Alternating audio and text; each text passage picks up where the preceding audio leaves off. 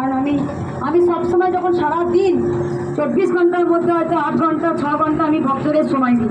এবার আমি সময়টা আমি নিজের জন্য দিই। কেন? আমার মাকে ডাকতে, মায়ের সঙ্গে কথা বলতে।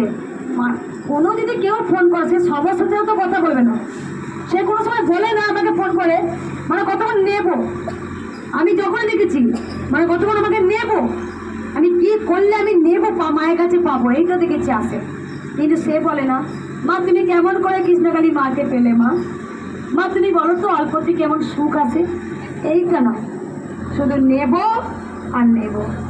আমি জেনে গেছি এইটা করলে হবে না, একমাত্র করতে হবে মাকে ভালোবাসতে হবে জীবন দিয়ে।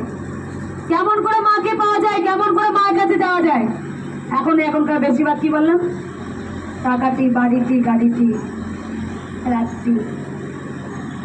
সেই জন্যই তো গোবিন্দ চট করে ধরা দেয় না আমাদের মতো অদম সন্তানকে।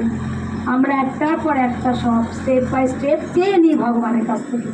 আমাদের এত চাওয়া তো শেষ হয় না। সেই জন্য বলে মানুষের চাওয়া কোনোদিন শেষ নেই। যারা মায়ের পরম সন্তান, বামাখ্যাপা, পরমহংসদেব রামকৃষ্ণ, পরমহংসদেব রামকৃষ্ণ, কমলাকান্ত, তারা শুধু একটা পোশাক পরি শুধু মায়ের ধ্যানেতে ডুবে থাকতেন। তার মতো শান্তি পৃথিবীতে কিচ্ছু নেই। আর আমরা কি করি, একটার পর চাওয়া হলো আবার একটা চাওয়া, এটাই আমরা করি।